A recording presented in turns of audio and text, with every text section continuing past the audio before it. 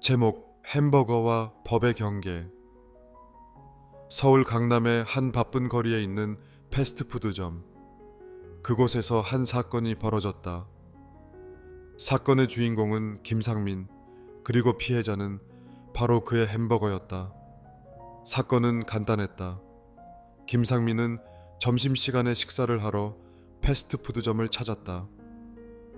햄버거를 주문하고 음료까지 추가한 후 자리에 앉아 햄버거를 들고 한 입 베어 물었다. 그런데 바로 그 순간 햄버거에 들어있는 양파가 너무 많아 혀를 자극하는 불쾌한 맛이 났다. 김상민은 그 자리에 일어나 카운터로 가서 불만을 토로하며 햄버거에 양파가 너무 많이 들어가 있어서 못 먹겠다고 말했다. 하지만 점원은 그냥 미소 지으며 말했다. 저희는 양파를 기본으로 넣어드리고 있어요. 불편하시면 드시지 않으셔도 됩니다. 김상민은 불만을 품고 햄버거를 반환하려 했지만 점원은 환불은 불가합니다 라며 거절했다. 결국 김상민은 자신이 원하지 않는 양파가 들어간 햄버거를 끝까지 먹어야 했다. 그리고 그는 이 일을 놓고 법적 대응을 결심했다. 이 사건은 빠르게 법정으로 넘어갔다. 김상민은 패스트푸드점의 서비스가 부당하다며 소송을 제기했다. 그리고 그가 주장한 것은 단순한 불만을 넘어서 양파가 들어갔다는 이유만으로도 환불이 거부되는 것은 상거래의 기본적인 윤리에 맞지 않는다는 것이었다. 검사는 이것은 단순한 서비스 문제이지 법적 분쟁이 될 수 없다며 사건을 무시하려 했지만 변호인은 이 사건은 소비자의 권리를 지키는 중요한 문제라며 반박했다. 판사는 사건의 본질을 파악하려 애썼다. 법정안은 긴장감으로 가득했다. 잠시 후 판사가 입을 열었다. 이 사건은 양파가 들어간 햄버거 하나의 문제로 보일 수 있습니다. 그러나 사실 이 사건은 서비스와 소비자 권리, 그리고 상거래에서의 윤리가 중요한 문제입니다. 음식을 판매하는 곳은 소비자가 원하지 않는 요소가 포함되지 않도록 충분히 선택할 권리를 보장해야 합니다. 판사는 잠시 생각한 뒤 이례적인 판결을 내렸다. 따라서 피고인인 패스트푸드점은 피고에게 햄버거를 재제공하고 양파 없이 만든 햄버거를 제공할 의무가 있습니다. 또한 고객이 불편을 겪은 점에 대해 10% 할인 쿠폰을 제공해야 합니다. 이 판결은 당시 사람들에게 큰 화제가 되었다. 패스트푸드점에서는 고객 서비스의 중요성을 다시 한번 깨닫고 이후 메뉴에 대한 개인화 옵션을 제공하게 되었다. 김상민은 햄버거의 양파 사건 덕분에 자신만의 작은 승리를 거두었고 사람들은 더 이상 햄버거에 양파가 너무 많다는 불만을 법정까지 끌고 가지 않게 되었다. 그리고 서울 강남의 그 패스트푸드점은 법정 판결 후 양파 없는 햄버거를 선택할 수 있는 메뉴를 추가했다.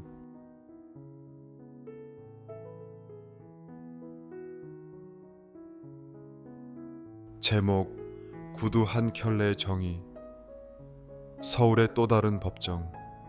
오늘의 재판은 평범하지 않았다. 피고는 고등학생 박민수, 피해자는 바로 그의 교복이었기 때문이다. 사건의 발단은 학교에서 일어난 일이었다. 박민수는 친구들과 함께 학교 앞에 작은 구두 가게에 갔고 구두를 한 켤레 고른 뒤 지갑을 두고 온 채 가게를 나섰다. 구두 가게의 주인은 곧 경찰을 불러 절도 혐의로 민수를 고소했다. 검사는 단호했다. 피고인은 명백히 구두를 훔쳤습니다. 도둑질을 저질렀으면 그에 합당한 처벌을 받아야 합니다. 변호인은 의아해하며 말했다. 피고인은 단순히 구두를 구매하려 했던 것이며 구두를 가져간 것이 아니라 단지 지갑을 두고 온 것뿐입니다. 의도하지 않은 일이었으며 피해자도 피해가 크지 않다는 점을 감안해야 합니다. 그리고 판사의 입이 열렸다. 이 사건을 어떻게 판결해야 할지 고민이 됩니다. 고등학생이 잘못을 저질렀다면 그것을 처벌해야 할 수밖에 없지만 사건의 경위와 피해자의 사정을 충분히 고려해야 합니다. 잠시 침묵이 흘렀다. 판사는 다시 눈을 들어 변호인과 검사를 차례로 바라보았다. 여기서 중요한 점은 피고가 고의로 구두를 훔친 것이 아니라는 것입니다.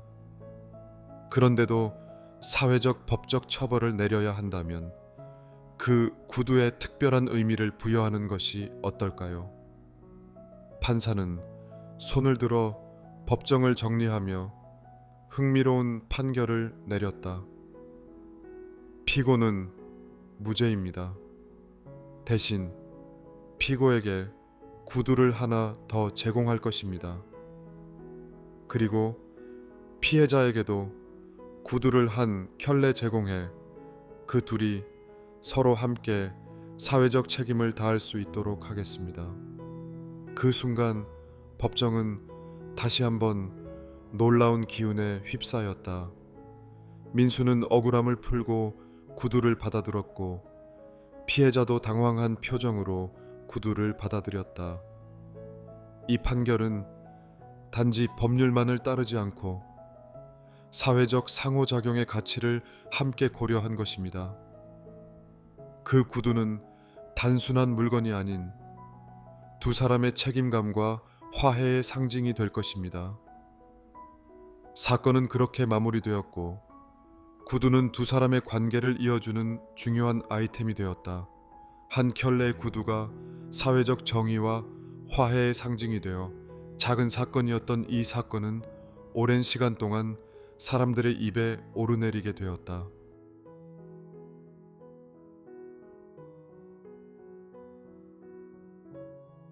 제목 빵 한 조각의 판결. 서울의 한 작은 법정. 모두가 숨죽여 기다리는 가운데 판사가 서류를 넘기며 입을 열었다. 자, 그럼 사건을 정리해 보겠습니다. 피고는 편의점에서 빵 한 조각을 훔친 혐의로 기소되었습니다. 법정이 술렁거렸다. 단순한 절도 사건이라지만 피고인의 사연이 특별했기 때문이었다. 피고인 김영수 52는 회사에서 정리해고를 당한 후 노숙 생활을 하던 중이었다. 그날도 길거리를 전전하며 배고픔에 시달리던 그는 결국 편의점에서 빵 하나를 집어들고 밖으로 나왔다. 하지만 매장 CCTV에 찍힌 그는 곧 경찰에 붙잡혔다. 검사는 단호했다. 절도는 절도입니다. 사회 질서를 유지하기 위해서라도 처벌이 필요합니다. 반면 변호인은 말했다. 피고인은 극도의 배고픔 속에서 어쩔 수 없이 빵을 훔친 것입니다. 단순한 범죄로 보기 어렵습니다. 판사는 눈을 감고 한참을 생각하더니 조용히 입을 열었다. 이 사건을 단순히 법조문만으로 판단하는 것이 옳은지 고민이 됩니다. 법은 냉정하지만 정의는 인간의 사정을 헤아려야 합니다. 그는 책상을 두드리며 판결을 내렸다. 피고인은 유죄입니다. 하지만 처벌은 특별히 빵 한 조각으로 하겠습니다. 법정 안에서 검찰 측과 재판부가 빵 하나를 마련해 피고인에게 제공하십시오. 순간 법정은 술렁거렸다. 판사의 이례적인 판결에 모두 놀랐다. 검사는 황당한 표정을 지었지만 판사의 눈빛을 보고는 더 이상 반박하지 않았다. 그날 피고인은 법정에서 빵을 받았다. 그는 눈물을 흘리며 작은 빵을 두 손으로 받쳐들었다. 그리고 힘겹게 말했다.